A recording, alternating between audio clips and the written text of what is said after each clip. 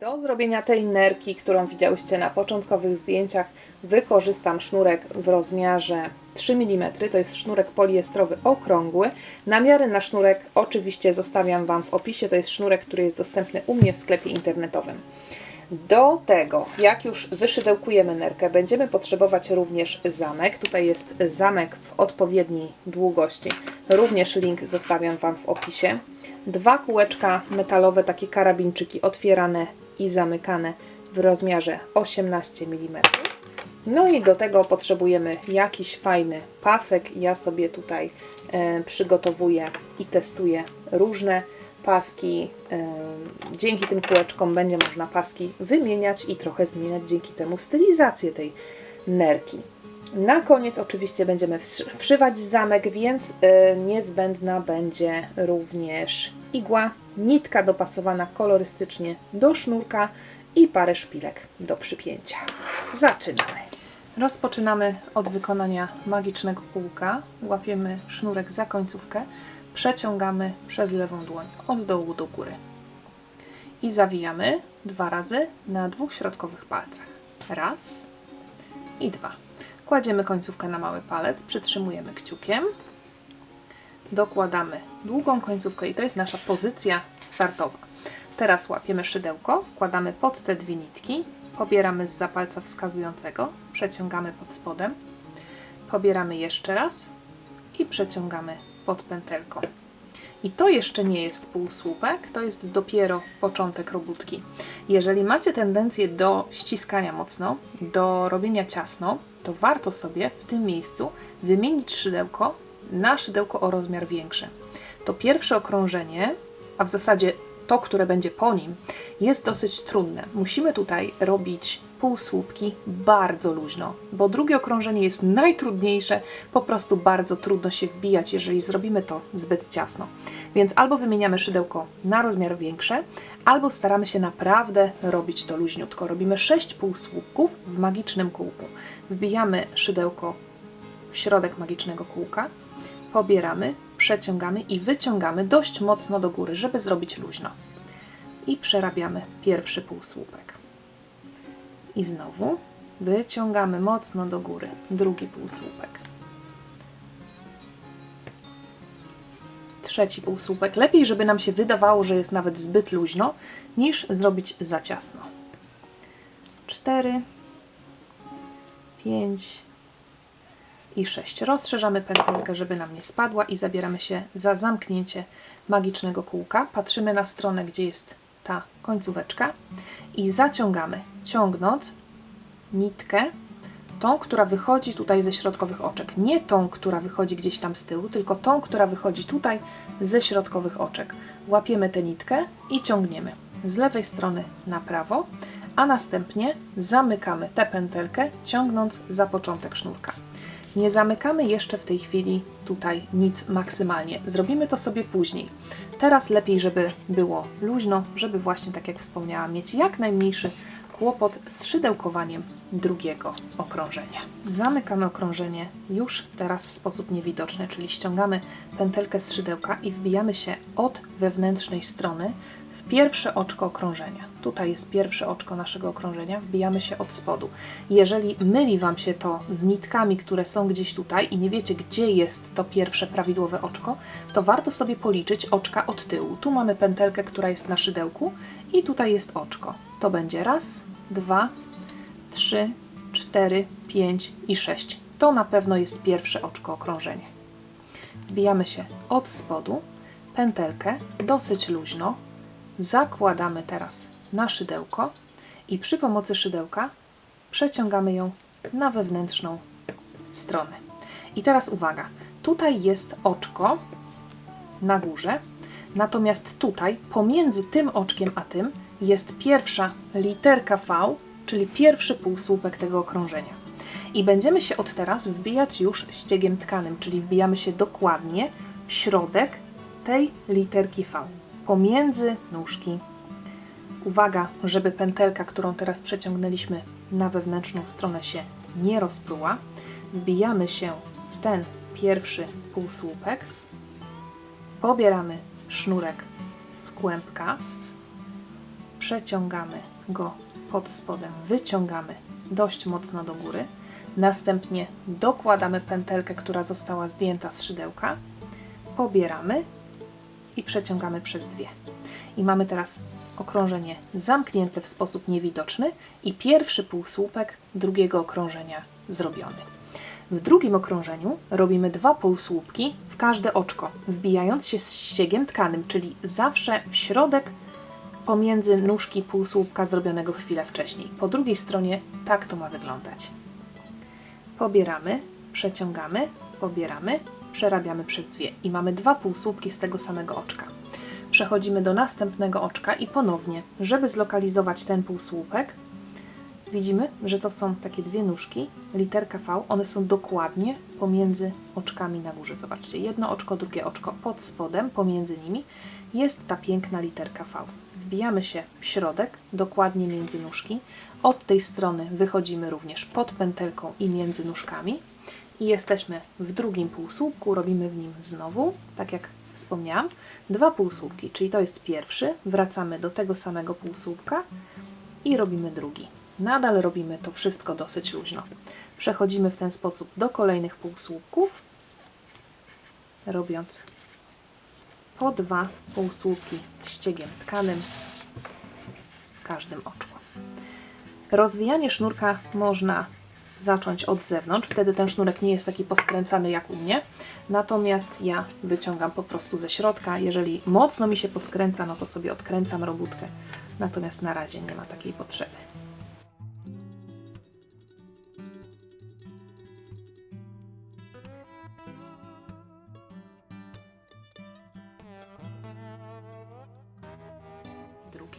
To jest dobry moment, żeby zamknąć już teraz maksymalnie, ciągnąc tę końcówkę, otworek, który jest w środku.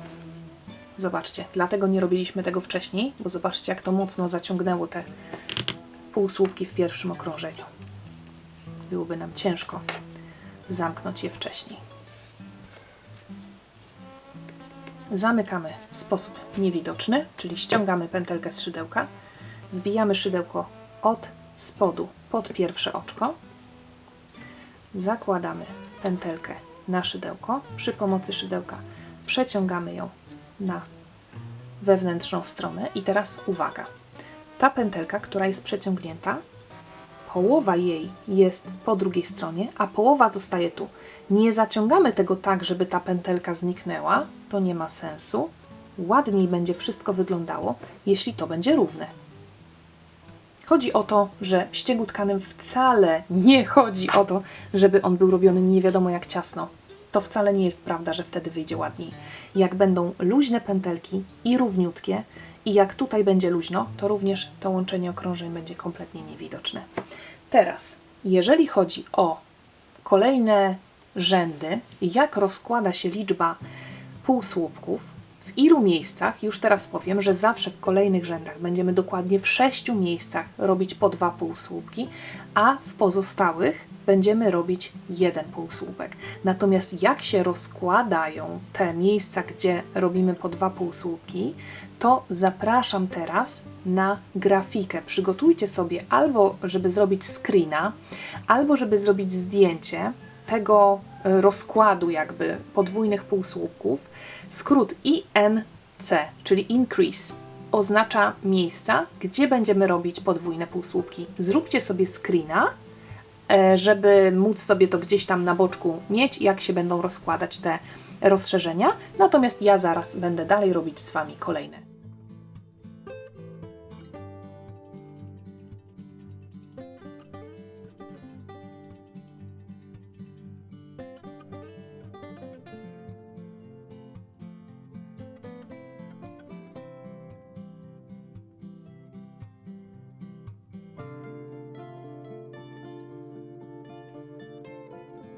Jesteśmy w okrążeniu trzecim. Mam nadzieję, że każdy z nas już ma tą swoją rozpiskę.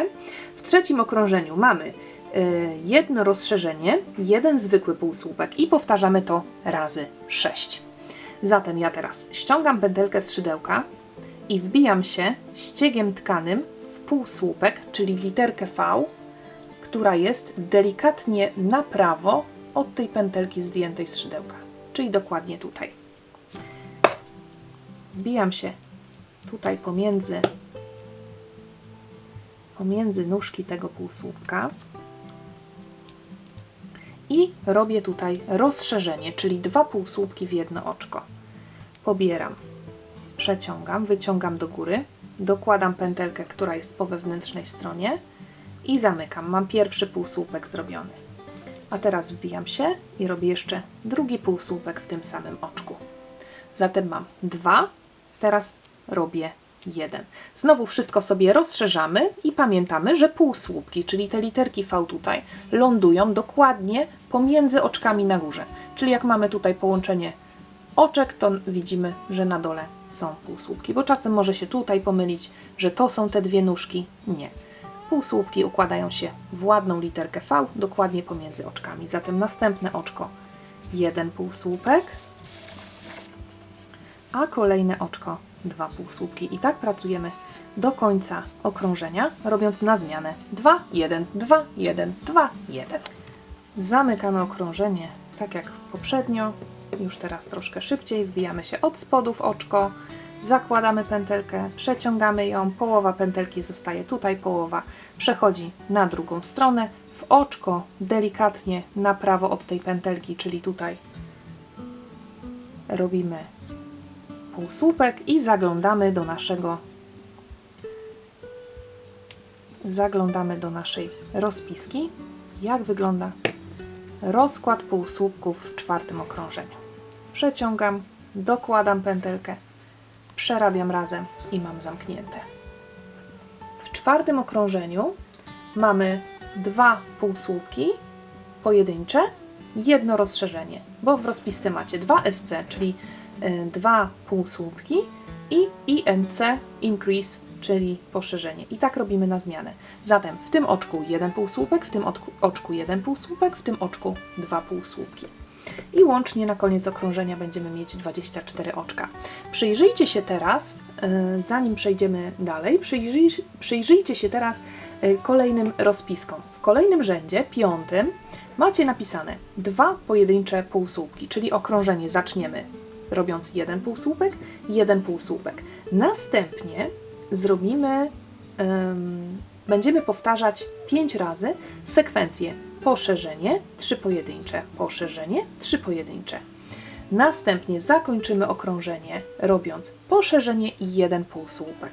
Możecie zwrócić uwagę na to, że dlatego macie tą rozpiskę, że w każdym okrążeniu w innych miejscach są te poszerzenia, po to, żeby nie wyszły nam za każdym razem, w każdym okrążeniu rozszerzenia nad rozszerzeniami z poprzedniego rzędu.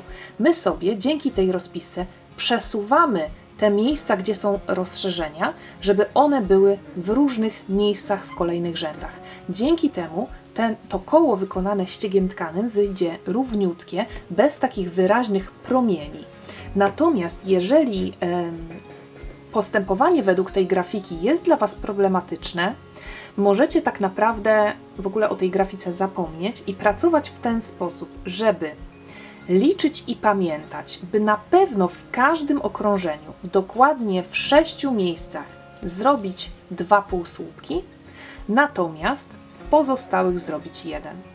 Na pewno wyjdzie prawidłowo. Nie musicie się trzymać ściśle tej rozpiski, w którym miejscu te poszerzenia mają być, jeżeli to w jakiś sposób nie jest dla Was wygodne. Ważne, żeby dokładnie 6 półsłupków dodawać na każde kolejne okrążenie. Czyli my mieliśmy w 4. okrążeniu łącznie na koniec 24 półsłupki, w 5. okrążeniu będziemy mieć 30, potem 36, 42, 48 i tak będziemy pracować aż do rzędu 14. Mam nadzieję, że z tym kółkiem sobie poradzicie. Tak jak wspomniałam, jeszcze raz mówię, jeżeli jest kłopot z podążaniem za instrukcją, bo coś tam jest dla Was niejasne, to po prostu róbcie w każdym okrążeniu w 6 miejscach 2 półsłupki, dzięki czemu zawsze 6 dodatkowych półsłupków na okrążenie dodacie i na pewno wszystko wyjdzie ok. Zatem ja podążam dalej, podążam zgodnie z moją instrukcją, a spotykamy się wszyscy, kiedy już 14 okrążeń będzie gotowe. Na koniec 14 okrążenia, i to już musimy sobie wszyscy policzyć, żeby na pewno sprawdzić, czy nic się nie pogubiło, albo nie dodał się jakiś dodatkowy półsłupek w międzyczasie. Na koniec 14 okrążenia wszyscy mamy mieć 84 półsłupki. Zatem robimy dalej. 14 okrążenie przeliczamy sobie, czy na pewno 84 oczka są i wtedy przejdziemy do kolejnego etapu. Jak widzicie, zmieniłam kolor sznurka. Tą chabrową już dokończyłam nerkę.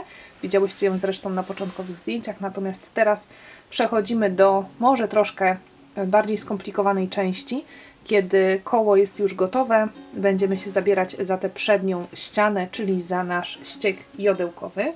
Pokazuję koło w całości. Zobaczcie, że są, przez to, że są nierównomiernie właśnie rozłożone te miejsca, gdzie dodajemy po 2 półsłupki, to kółko jest idealne, nie ma żadnych, nie idzie w kształt wielokątu, tylko rzeczywiście jest okrągłe. Średnica to około 24 cm. Mamy naokoło w tej chwili dokładnie 84 oczka. Jeżeli się decydujecie, żeby zwiększać liczbę okrążeń albo żeby zrobić mniejszą tą nerkę, to trzymajcie się tego wzoru, który ja zaproponowałam, ponieważ tak czy siak każda liczba końcowych oczek jest podzielna przez 3. I nas teraz interesuje 1/3 oczek. W pierwszy rząd ścianki będziemy obrabiać 1/3 oczek, które są naokoło. Za chwilę będę pokazywała dokładnie, o co chodzi. Zatem ja mam na około 84 oczka. Podzieliłam przez 3, więc teraz będę budować ściankę na początkowym rzędzie składającym się z 28 dokładnie oczek. Zatem łapię szydełko i pokazuję krok po kroku, jak to zrobić. Zamykamy, tym razem nie wbijając się od wewnętrznej strony, tylko normalnie od prawej strony. Ostatnie okrążenie naszego koła zamykamy, wbijając się w to pierwsze oczko, w jego tylną nitkę i w pętelkę, która jest pod nią. Tu pod spodem, pod oczkami, pod każdym kolejnym oczkiem również, są takie poprzeczne nitki. I my się wbijamy pod tylną nitkę oczka i również pod tę pętelkę, która jest poniżej. I najpierw zamykamy, robiąc oczko ścisłe. Następnie robimy oczko łańcuszka do góry i półsłupek w tym samym oczku. Czyli wracamy znowu pod tylną nitkę oczka i pod pętelkę, która jest pod spodem i robimy zwykły półsłupek. I to jest pierwsze oczko, pierwszy półsłupek zrobiony. Teraz w tym pierwszym rzędzie robimy półsłupki, ale ze złapaniem lewej nóżki półsłupka zrobionego przed chwilą. Czyli jak tutaj mamy ten półsłupek, który został zrobiony przed chwilą, to zanim się wbijemy w kolejne oczko, zahaczamy szydełkiem lewą nóżkę tego półsłupka. Tu jest prawa, tu jest lewa. Zahaczamy, wbijamy się w kolejne oczko pod jego tylną nitkę i pod pętelkę, która jest pod spodem i robimy półsłupek, czyli pobieramy, przeciągamy przez te wszystkie, przez te dwie pierwsze nitki, wyciągamy troszkę do góry, następnie pobieramy i przeciągamy przez 3 nitki, które były na szydełku. I kolejne półsłupki tak samo, czyli tutaj znowu jest ten nasz półsłupek. Najpierw zahaczamy lewą nóżkę półsłupka zrobionego chwilę wcześniej, wbijamy się w tylną nitkę oczka i w pętelkę, która jest pod spodem, pobieramy, przeciągamy, wyciągamy troszkę do góry, pobieramy, przerabiamy przez wszystkie nitki. I teraz mamy 3 oczka. Raz, 2, 3 oczka zrobione. Robimy, aż będzie 28. Jeżeli macie inną liczbę oczek naokoło, to podzielcie tę liczbę przez 3 i robicie tyle półsłupków jodełkowych, to jest jodełka strona prawa, tyle półsłupków jodełkowych, żeby obrobić dokładnie 1/3 oczek.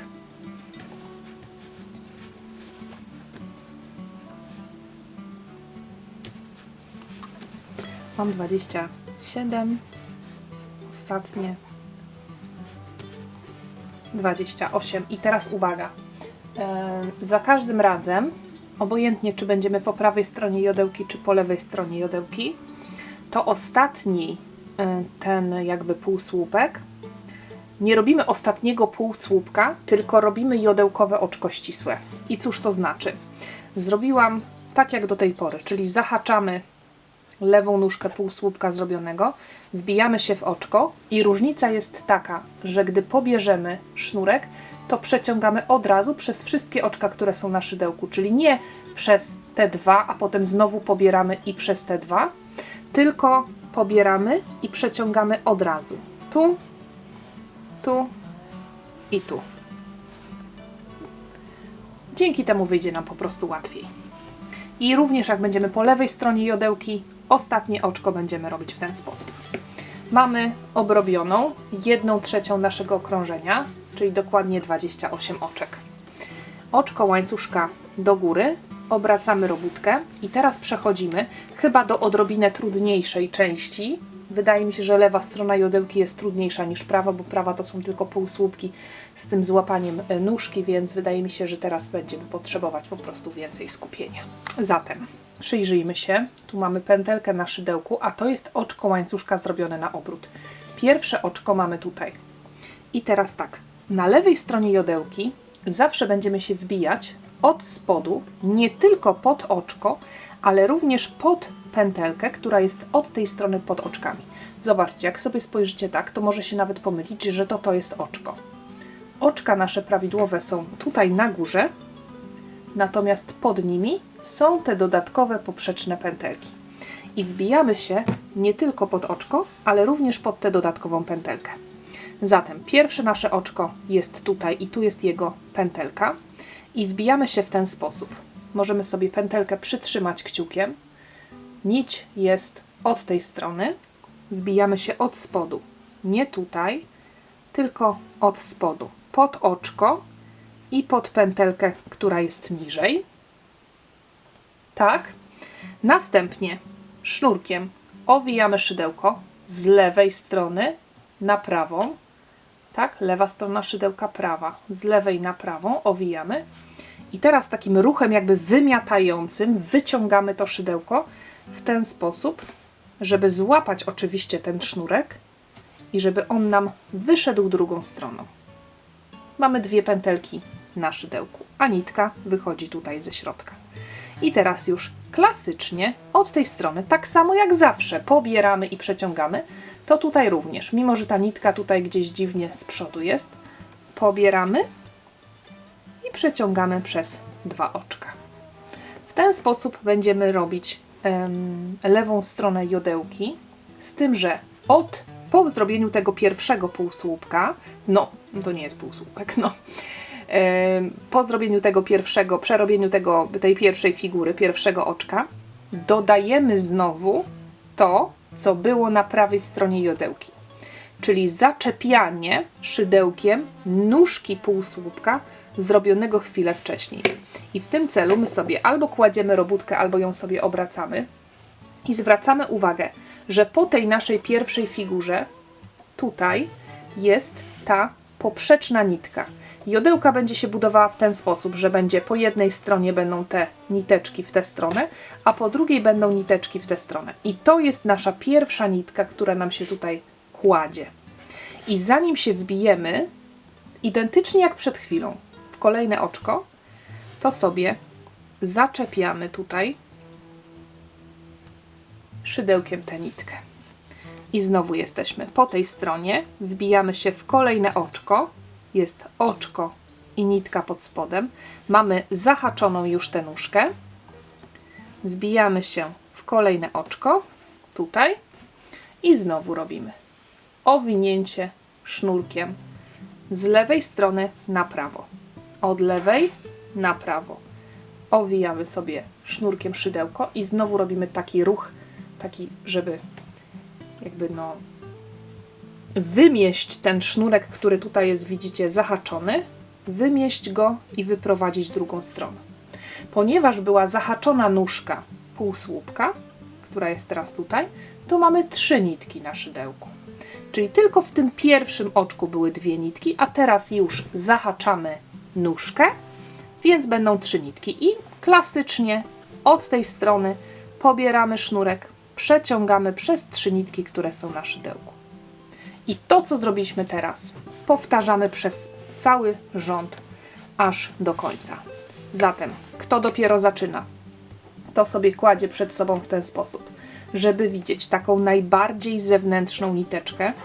Widzimy, to będzie już nitka tutaj tej jodełki, a to jest kolejna nitka, najbardziej zewnętrzna, którą sobie tutaj zahaczamy. Wbijamy się od spodu w kolejne oczko i pod trzecią nitkę. Owijamy, wyciągamy ten sznurek. I znowu 3 oczka na szydełku. Pobieramy, przeciągamy przez 3. Znowu, kto potrzebuje, kładziemy. Zobaczycie, że później już będziecie robić tak, że tutaj sobie zahaczacie i w ogóle nie musicie tam zaglądać, bo już wiecie dokładnie, gdzie ta nitka jest. Ale na początku, jeżeli to są Wasze początki ze ściegiem jodełkowym, to lepiej sobie położyć i ta nitka, która będzie najbardziej tutaj zewnętrzna, ją sobie zaczepiamy. Wbijamy się od spodu pod te 3 niteczki, owijamy, przeciągamy, pobieramy, przeciągamy przez 3. Zahaczamy nitkę, wbijamy się od spodu, owijamy, wyciągamy nitkę, pobieramy, przeciągamy przez 3. Zahaczamy nitkę, wbijamy się w oczko, owijamy, przeciągamy, pobieramy, przerabiamy przez 3. Zahaczamy, wbijamy się, owijamy, przeciągamy. Zauważcie też, że ja nie przerabiam w tej chwili, tylko dopiero jak sobie wyciągnę porządnie tę nitkę. Te nitki mają być przy ściegu jodełkowym porządnie wyciągane, bo my chcemy, żeby ten ścieg był wyraźny. My nie chcemy, żeby nam się to wszystko tutaj tak skurczyło i żeby nie było widać, gdzie ten ścieg jodełkowy jest. My chcemy, żeby właśnie tutaj nóżki były pięknie położone i tutaj również, żeby nóżki były pięknie położone. Spróbujcie zrobić, kto potrzebuje, przewija sobie, żeby jeszcze raz się dokładnie przyjrzeć, jak pokazywałam powolutku, jak to robić. Robimy do końca rzędu i tutaj się spotykamy, pokażę, co robimy dalej. Kończymy rządek, jeszcze mamy parę oczek. Teraz na początek pierwsza sprawa. Przyjrzyjmy się, ile mamy oczek do końca rzędu. Tutaj mamy oczko, pętelka pod spodem, oczko, pętelka pod spodem. I sygnałem do tego, że tu jest ostatnie oczko, jest to, że to ostatnie oczko nie będzie miało już pętelki pod spodem. Tu jest taka pętelka boczna, ale oczko brzegowe, ale to nie jest ta pętelka. Tu widzimy, tak? Jest pętelka pod spodem, pod oczkiem, jest pętelka pod spodem, pod oczkiem, a to będzie ostatnie oczko rzędu. I ono zawsze będziemy przerabiać pod 2 nitki bez tej poprzecznej pętelki, bo będziemy już wiedzieć, że to jest właśnie ostatnie oczko rzędu. Kolejna sprawa. W każdym rzędzie, od teraz, w każdym rzędzie, na końcu, niezależnie od tego, czy jesteśmy tak jak teraz na lewej stronie jodełki, czy będziemy za chwilę po prawej stronie jodełki i będziemy jechać w tę stronę, na każdy rząd, na końcu tego rzędu, będziemy jedno oczko z koła dodawać do naszego rzędu. Czyli w pierwszym rzędzie było 28 oczek jodełki na prawo, obróciliśmy robótkę i teraz będziemy mieć 29. Za chwilę pokażę, jak to dokładnie zrobić. Zahaczam, wbijam się, owijam, przeciągam, pobieram, przerabiam. Jeszcze 2 oczka. Znowu przedostatnie, czyli pod 3 nitki. Ostatnie oczko tego tutaj rzędu, tutaj pod 2 nitki tylko, bo nie mamy już poprzecznej pętelki. I też robimy półsłupek, czyli nie oczko ścisłe jodełkowe, tak jak powiedziałam, tylko półsłupek, ponieważ ostatnie i właśnie to będzie to oczko ścisłe jodełkowe, o którym wspomniałam w poprzednim rzędzie, będziemy robić już pod następne oczko. Tutaj, zaraz koło tego uskoku, można sobie obrócić, spojrzeć w tę stronę. Tutaj jest oczko łańcuszka, które wychodzi z tego oczka. I to oczko teraz dodamy do naszego rzędu i będziemy mieć łącznie 29. Zrobimy w nim właśnie takie jodełkowe oczko ścisłe na lewej stronie. Czyli jak to robimy? Zahaczamy, tak jak cały czas. Zahaczamy nóżkę półsłupka, wbijamy się klasycznie, po prostu dalej tutaj pomijamy to wszystko i pod to oczko się wbijamy, owijamy sznurkiem i teraz robimy jodełkowe oczko ścisłe, czyli tę nitkę przeciągamy przez wszystko, co na szydełku, nie robiąc tego drugiego pobrania. Czyli ja przeciągam tutaj, przeciągam, wyciągam, kręcę tym szydełkiem tak, żeby, zobaczcie, ta pętelka mi tutaj przechodziła przez wszystkie oczka. I w ten sposób mamy zamknięty kolejny rządek. Pobieramy, przeciągamy, robiąc oczko łańcuszka na obrót. Obracamy robótkę. W tej chwili mamy 29 oczek zrobionych. Złapane mamy kolejne oczko. Teraz robimy jodełkę po prawej stronie i tutaj będzie też robione do samego końca. Znowu to ostatnie oczko tego rzędu to będzie oczko, które już nie ma pod spodem swojej poprzecznej pętelki, więc to będzie ostatnie oczko tego rzędu, gdzie zrobimy półsłupek jodełki na prawej stronie, a następnie znowu pobierzemy kolejne oczko okręgu. Czyli co nam się tutaj będzie działo? Raz na lewej stronie będziemy dodawać jedno oczko okręgu, raz na prawej stronie będziemy dodawać kolejne oczko okręgu i tak w każdym kolejnym rzędzie, budowanym w ten sposób, będziemy sobie te oczka tutaj dodawać. Robótka będzie nam, to będzie lewa strona, to będzie prawa strona. Ja sobie to tutaj może już wywinę. Robótka, ta ścianka będzie nam rosła w tę stronę, jednocześnie będzie się tutaj zabudowywał również brzeg. Aż dojdziemy do połowy dokładnie tego koła. Będziemy pobierać po jednym. Raz po jednej stronie, raz po drugiej stronie. Raz po jednej stronie, raz po drugiej stronie. Jeszcze spokojnie, jak nie rozumiemy i to czarna magia, to robimy po prostu swobodnie dalej, wspólnie i wtedy będę wszystko tłumaczyć jeszcze raz, powolutku. Wszystko na pewno zrozumiemy. Dobra. Wracamy zatem na prawą stronę jodełki. Przyglądamy się. To jest znowu nasze oczko łańcuszka robione na obrót. Tu jest pierwsze prawidłowe oczko. Wbijamy się pod to oczko i pod pętelkę znowu, która jest pod nim. Czyli tutaj widzimy, że tutaj pod każdym z tych oczek są piękne pętelki. Oprócz którego oczka? Oprócz ostatniego. Ten już nie będzie, to oczko ostatnie już nie będzie miało tej pętelki, ale o tym za chwilę. Pobieramy, przeciągamy, pobieramy, przerabiamy przez dwie i mamy pierwszy półsłupek zrobiony. Od tego momentu robimy półsłupki jodełkowe, to znaczy, że zabieramy dodatkowo nóżkę lewą półsłupka zrobionego przed chwilą. Następne oczko, wbijamy się pod oczko, czyli pod te dwie nitki i pod trzecią nitkę, która jest pod spodem. Pobieramy, przeciągamy, pobieramy, przerabiamy przez 3. Ta strona, musicie przyznać, jest dużo łatwiejsza, bo to są zwykłe półsłupki, tylko po prostu zahaczamy tę nóżkę. Kolejne oczko pod 3 nitki, pobieramy, przeciągamy, pobieramy, przerabiamy przez 3. I tak pracujemy do końca tego rzędu, robiąc półsłupki.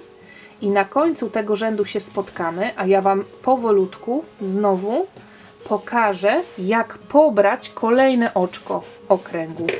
Zatem spotykamy się gdzieś tu przy końcu. Już jestem bliziutko końca.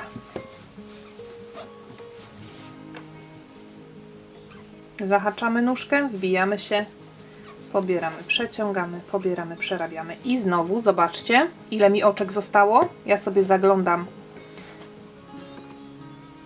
Tu będzie oczko i tu jest jego poprzeczna nitka, która jest pod tym oczkiem. Tu. Natomiast to jest ostatnie oczko, które ma tylko 2 nitki, nie ma pętelki pod spodem. Zatem przedostatnie zahaczamy nóżkę, ostatnie oczko rzędu wbijamy się pod 2 nitki i robimy półsłupek jodełkowy, następnie zahaczamy nitkę i uwaga, patrzymy na dalszą część okręgu. Tu widzimy, to oczko już było złapane, to oczko teraz jest do złapania. Tak, widzimy, tu lewa, ta wewnętrzna strona oczka już tutaj jest pobrana, my musimy teraz pobrać tę, więc wbijamy się pod tylną nitkę oczka i pod pętelkę, która jest pod nią I robimy tutaj co? Nie półsłupek jodełkowy, tylko jodełkowe oczko ścisłe na prawej stronie. Czyli po prostu pobieramy i przeciągamy przez wszystko, co na szydełku, przez oczko i to się staramy tutaj naprawdę ciasno zrobić, żeby nam się, zobaczcie, już nam się tutaj przyszywa, ścianka naszej nerki przyszywa się do tego okręgu. Oczko łańcuszka obracamy i jesteśmy na lewej stronie. Zaczynamy kolejny raz. To samo, czyli od spodu wbijamy się w pierwsze oczko, pod oczko oraz pod pętelkę, która jest pod nim. Owijamy sznurkiem, przeciągamy i pamiętamy, że w tym miejscu mamy tylko 2 nitki. Pobieramy, przeciągamy, a od tego momentu już sobie zahaczamy nóżkę tego jakby półsłupka, no powiedzmy jodełkowego, zrobionego przed chwilą, wbijamy się w kolejne oczko, owijamy, przeciągamy sznurek i już teraz mamy 3 pętelki na szydełku. Pobieramy, przeciągamy, zahaczamy nóżkę, wbijamy się w oczko, owijamy, przeciągamy, wyciągamy do góry, pobieramy, przerabiamy przez 3 i pracujemy tak znowu do końca rzędu. Ponownie będziemy widzieć, że tutaj jest przedostatnie oczko, które ma tą swoją pętelkę pod nim, a to będzie ostatnie oczko, które już tej pętelki nie ma, więc tu będzie ostatni ten jakby półsłupek jodełkowy robiony na lewej stronie, a następnie dołożymy, robiąc oczko ścisłe jodełkowe, to oczko, czyli kolejne oczko okręgu. Tutaj się spotkamy. Ostatnie 2 oczka rzędu mi zostały, zanim zrobię to oczko ścisłe i dołożę oczko okręgu. Tutaj jest ostatnie oczko, czyli pamiętam, że żeby nie szukać tej nitki, która będzie pod nim, bo tu ono nie ma tej nitki. Tak, i teraz zahaczam i szukam kolejnego oczka okręgu. Wbijam się w tę tylną nitkę. Jak Wam się zapomni, która to jest nitka, czy to złapać całe oczko, czy co, to obróćcie sobie i zobaczcie, jak to wygląda z tej strony. Że tutaj cały ten brzeg, te niteczki są zostawione, więc będziemy pamiętać, tu są zostawione, więc będziemy pamiętać, że te pętelki mamy też zostawić, niezależnie od tego, po której będziemy stronie. Czyli na pewno ja pobieram tylko tę nitkę, a żeby nie szarpać pojedynczej nitki, to dokładam pętelkę, która jest pod nią. O tutaj. Owijam sznurek i tu robię oczko ścisłe, czyli przeciągam ten sznurek przez wszystko, co na szydełku. Przez to oczko i przez te 2, które są tutaj. Oczko łańcuszka obracamy i znowu jesteśmy na tej stronie. Wbijamy się w to oczko pod 3 nitki, robiąc pierwszy półsłupek zwykły, następnie łapiemy nóżkę, wbijamy się pod kolejne oczka, robiąc półsłupki już jodełkowe na prawej stronie. Robimy je do końca. To będzie nasze ostatnie oczko. Tu zrobimy ostatni półsłupek jodełkowy na prawej stronie. A następnie znowu zlokalizujemy kolejne oczko okręgu. Wbijemy się pod jego tylną nitkę, tak, bo tutaj też widzimy, że te pętelki są pozostawione, więc tej pętelki wiemy, że mamy nie ruszać. Wbijamy się pod tylną nitkę i pod poprzeczną pętelkę i zrobimy oczko ścisłe z tym pobraniem nóżki. Mam nadzieję, że to jest zrozumiałe, że to jest jasne. Zrobię więcej rzędów i pokażę, jak to się tutaj buduje. Nie przejmujemy się również tym, że to nam gdzieś tutaj faluje. To jest zupełnie normalne, ponieważ sznurek poliestrowy jest bardzo rozciągliwy, a przez to, że my tutaj dużo pracujemy, no to przez te nasze działania to wszystko nam się będzie rozluźniało. Do układania nerki na koniec przyjdzie na to czas, więc na razie skupiamy się na tym, żeby robić kolejne rzędy. W każdym kolejnym rzędzie będziemy mieć o jedno oczko więcej, o jedno raz złapane z tej strony, raz złapane z tej strony, aż zajmiemy mniej więcej do połowy nerki wszystkie oczka. Można sobie liczyć oczka, które nam zostają, ponieważ nerkę robimy tę ściankę do przodu, robimy do momentu, kiedy wolnych oczek naokoło, tutaj, na tym otworze, zostanie nam dokładnie 40, ale to jest sporo rzędów, więc spokojnie. Robię więcej, spotykamy się za jakiś czas. Zobaczcie, tak wyglądają kolejne rzędy jodełkowe. Tutaj widzimy, co się dzieje przez to, że pobieraliśmy kolejne oczka okrążenia tego naszego koła. No i połowa koła nadal jest wolna. Ja zakończyłam na prawej stronie, czyli zrobiłam ostatni rządek prawej strony jodełki i mam, liczę sobie te poprzeczne kreseczki. Raz, 2, 3, 4, 5, 6, 7, 8, 9, 10, 11, 12, 13, 14, dokładnie 15 rzędów. Dopasowujemy sobie to w ten sposób. Tak jak wspomniałam, tutaj wolnych oczek mam jeszcze 40 i ja sobie po prostu też składam i sprawdzam, czy już jest w porządku, czy można wszywać zamek.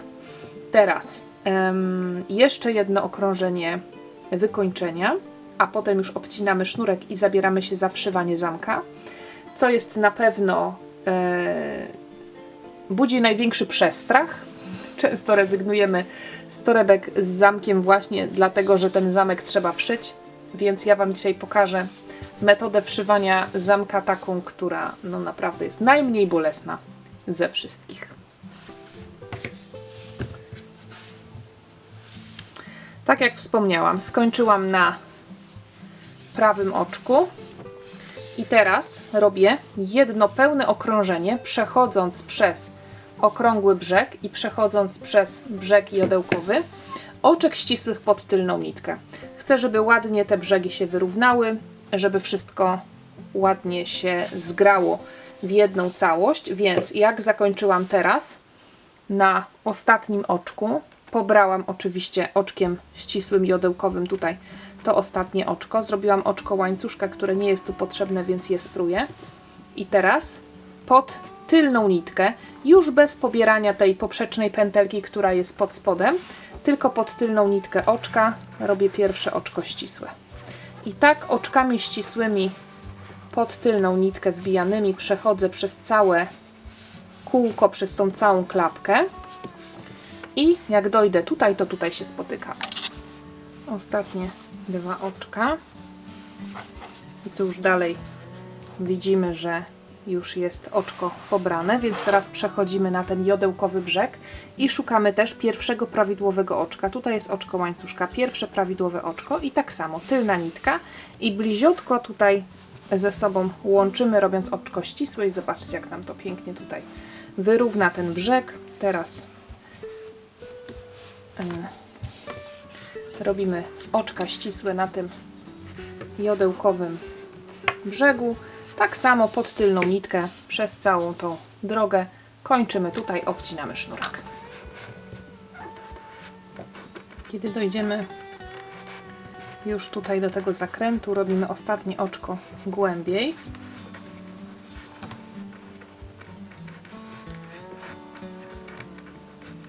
Gdzieś głęboko pod oczkami.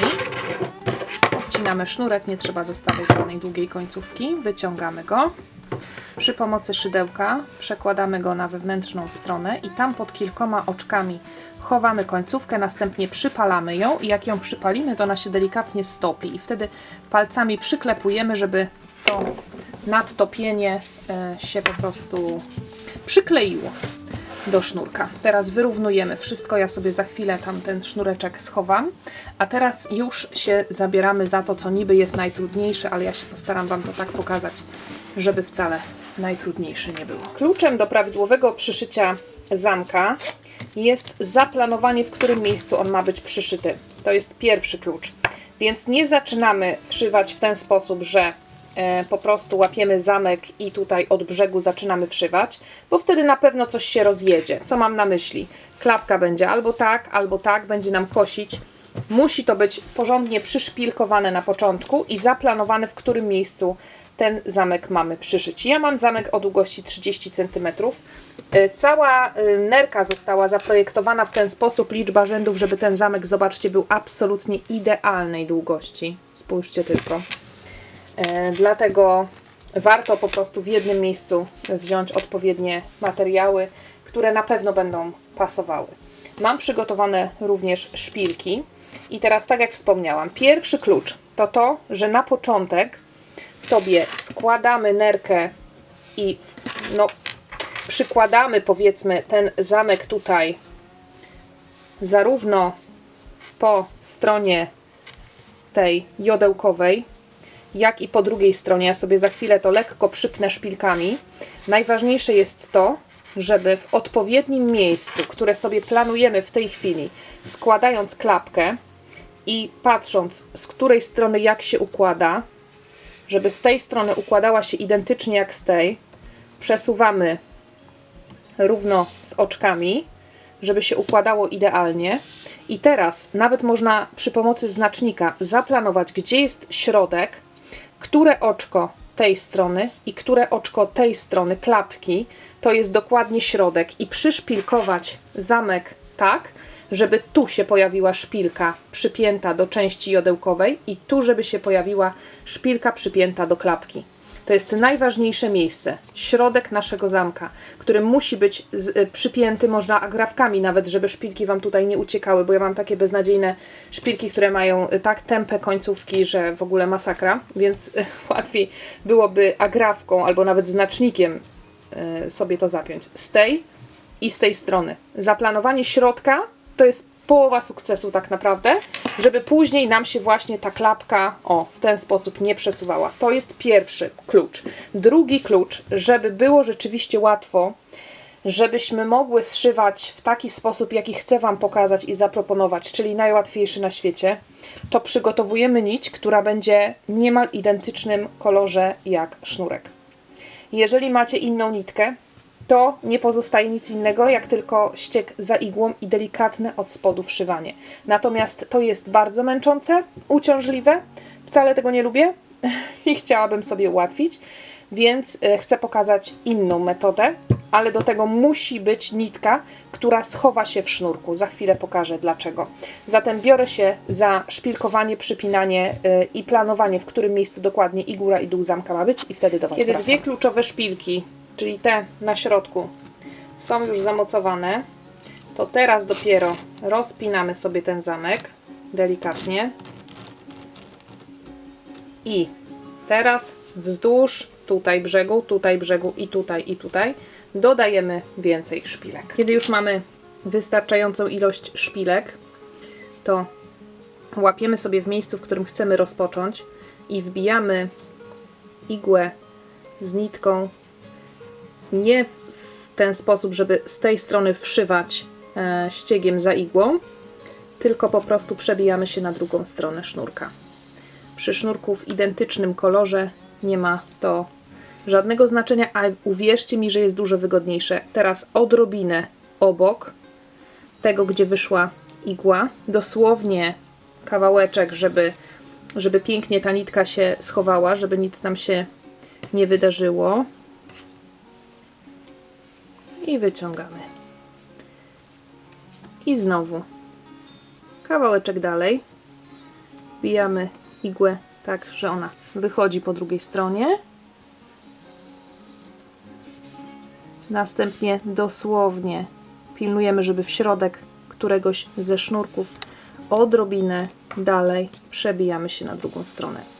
Takie zszywanie to jest połowa tej pracy, niż jakbyście chciały tak tutaj przebijać się przez tą taśmę i przebijać się, łapać sznurek, a tu my sobie po prostu jeszcze od tej strony też całkiem estetycznie to będzie wyglądać. Naprawdę to jest o połowę łatwiejsze. Mam nadzieję, że ta metoda przekona Was do wszywania podszewek, czy no może prędzej do wszywania zamków, bo podszewki będziemy wszywać inaczej. Swoją drogą tutorial jest już w przygotowaniu. Zobaczcie, po tej stronie absolutnie nic nie będzie widać. Tutaj muszę nitkę jedną poprawić, ale tutaj w tych splotach sznurka wszystko pięknie ginie. W ten sposób wszywam tutaj do końca. Następnie zakręcę, przeszyję drugą stronę. W ten oto sposób nasza nerka jest gotowa. Zamek jest wszyty. Tutaj naprawdę w tych sznurkach kompletnie nic nie widać, żeby tutaj nitka przechodziła na tę stronę. Tutaj jest druga ta habrowa, którą razem zaczęłyśmy robić. Na boku torebki zamontowałam 2 kółeczka 18 mm. To są takie kółeczka otwierane, zamykane i takie kółka montujemy, a później możemy sobie przyczepiać paski, jakie tylko chcemy. Do tej habrowej zestawiłam taki pasek 4 cm szeroki. Będę sobie wymieniać, a tutaj mam taki do tej miętowej, myślę, że też będzie super, więc zapraszam Was teraz na podsumowanie. Zobaczycie kilka zdjęć końcowych. Mam nadzieję, że one zachęcą Was do wspólnego szydełkowania i mam nadzieję, że u Was również takie nerki powstaną. Zatem jak zawsze czekam na mnóstwo zdjęć od Was. Pamiętajcie, żeby mnie oznaczać w mediach społecznościowych. Ja zawsze z ogromną radością podglądam Wasze prace. Na pewno takie nerki przydadzą Wam się na wakacje, więc dzięki serdeczne za dzisiaj i widzimy się w kolejnym filmie. Do zobaczenia!